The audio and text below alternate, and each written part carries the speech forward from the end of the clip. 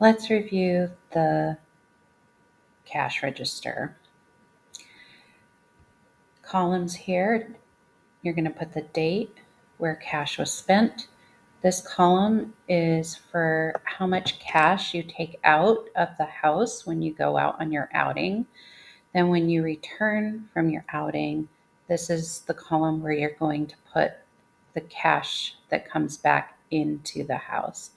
So every time you go on an outing and spend cash, you're actually going to have two entries. Continuing on, we have the balance. This balance column needs to be updated before you leave the house and after you leave the house. And we'll do some examples. This is to check off if there was a receipt. And some people that we support do not require receipts for their cash purchases if it's under a certain amount. So if that's the case, you would just write NA here. However, most people we support, we keep all receipts. And so you would find that information in the IFP, the individual financial plan.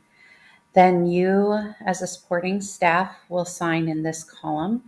And again, checking the IFP, if a person, it should state whether the person we support signs for when they receive cash, and they would be signing in this column. So let's do some examples here. We're going to use March, and our starting balance in March was $250. Now we know that there's a few things coming up this month. We're going to the senior center, and that's $3 every time. We have some plans to meet up with friends at McDonald's. So we're going to need more than $2.50. We're going to go over to the bank and take out $40 cash out of the bank. Now, when you take cash out of the bank, you're going to be recording it in two different places. The first place you're going to record it is on the checking register. So the checking register, you may remember, so up here, C is for cash taken back. So C is going to go here. The date is, I think we said it was the 2nd, 2023. And ATM withdrawal. And the withdrawal is going to go here. We took $40 cash out of the bank, and always update the balance here. So that's going to be $485.29. And then there's a section here when cash is taken out of the bank, the person we support, if the IFP says for them to sign, then they also need to sign that they gave permission for this cash to be taken out. Now we're going to go back and we're going to add it. Remember, we said it goes in two places. So the second place we're going to record it is on the cash register. So the date 3/2, and we're going to write, we're actually going to be making a cash in. This will say cash on hand deposit. So we're putting $40 cash into the household cash account. A lot of people keep this in an envelope or some kind of wallet that's kept in the financials binder. We're going to update the balance because now we have $42.50 in the house. We want to think of this column is always going to reflect the amount of money that is in the house at any given time. So now we've got $42.50. We are going to the senior center.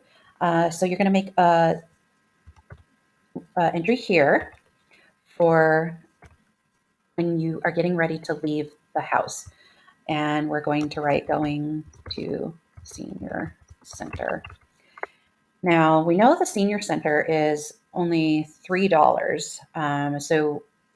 But we also want to make sure that we have enough money. So we are taking cash out of the house. We are going to need to take, since 250, that's not enough. We'll take a $20 bill with us.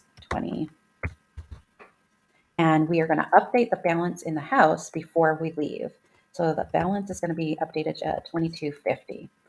Now we go out to the senior center and we come back home and we have change that we got back when we paid the $3. So here we're going to enter return change. And that's going back in the cash in column because, again, we're putting the cash back in. And so we had taken $20, we paid $3. So our cash change returning is going to be $17. And so this is going to be added back into the total. So the total, the balance update is going to be 3950. So that tells you exactly how much change or cash is located in the house. Let's do a couple other examples. Let's say we're going to McDonald's. We know that the person spends usually about $9 or $10 at McDonald's. So we want to make sure that we are taking enough money to cover all of that McDonald's. So we're going to make our entry before we leave the house. And this is outing to McDonald's. We're going to take $11. And here we're going to update the balance. So it's going to be $39.50 minus 11. And that comes to $28.50. We're going to go out to McDonald's. And here is the date. Down here is the total, $10.65. We paid $11. So now we have change back is 35 cents. Coming back to the house, we're going to make our entry 330, change back, and that's going to be 0.35 cents. We're returning it. Again, it's cash that's coming back into the house. So the update here is going to be 28.15. Let's just do a couple other examples so we can practice getting the hang of it. Let's say, what if we had taken $15? So instead of 11,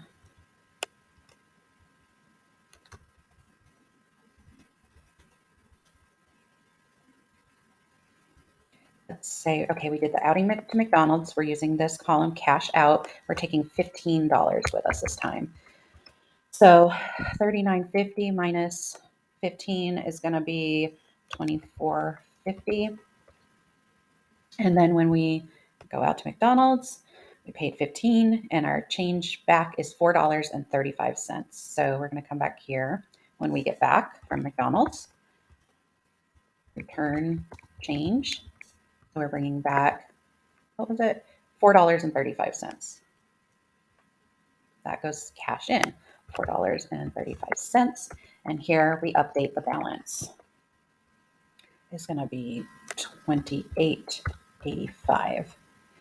Now, let's say that since we know this balance is always supposed to match the amount of cash in the house, let's say we get back from McDonald's and we find out there's actually $28.95 at the house, meaning when we counted the change up, the McDonald's employee actually gave us back an extra 10 cents. And so we're thinking, oh gosh, well, this says we have $28.85 in the house, but we actually have $28.95. And that's going to be a separate entry if you ever have something that doesn't match the amount of money and you figure out it's because the cashier gave you back the wrong change. We're going to add that in as a separate entry. That will be explained as cashier gave wrong change. And they gave us an extra 10 cents. So that, again, that's 10 more cents that's going into the account. So now we've got 28. Once we add that in, 28.95. Now we're back to matching exactly. There's a couple other examples I do want to do. Let's say that somebody, it's their birthday and their family member or friend gave them cash for their birthday. Everyone loves cash for their birthday. So $20 cash. That cash has to be recorded on the cash register. If we help support people with their cash, that's got to be recorded here. There are a few people at TLC that manage their own cash. Well, we don't have to worry about that, but you have to look at the IFP to make sure you know if the person you're supporting manages their own cash or if we support them to do that. If we support them to do that, then we've got to get in here back to the cash register because now there's an extra $20 in the house. We're going to add in birthday gift from aunt, and that's going to go into the cash in column here. So that's going to be adding $20 back in. And then we update the balance and we're back up to $48.95. And at the end of the month, you're going to do that physical cash count and verify that the ending balance matches exactly. And in fact, anytime during the month and you do a cash count, it needs to match exactly to what the balance is here. This is a very important number. And if it does not match up and you can't figure out why, that's when you need to notify your team coordinator and get some help to resolve that.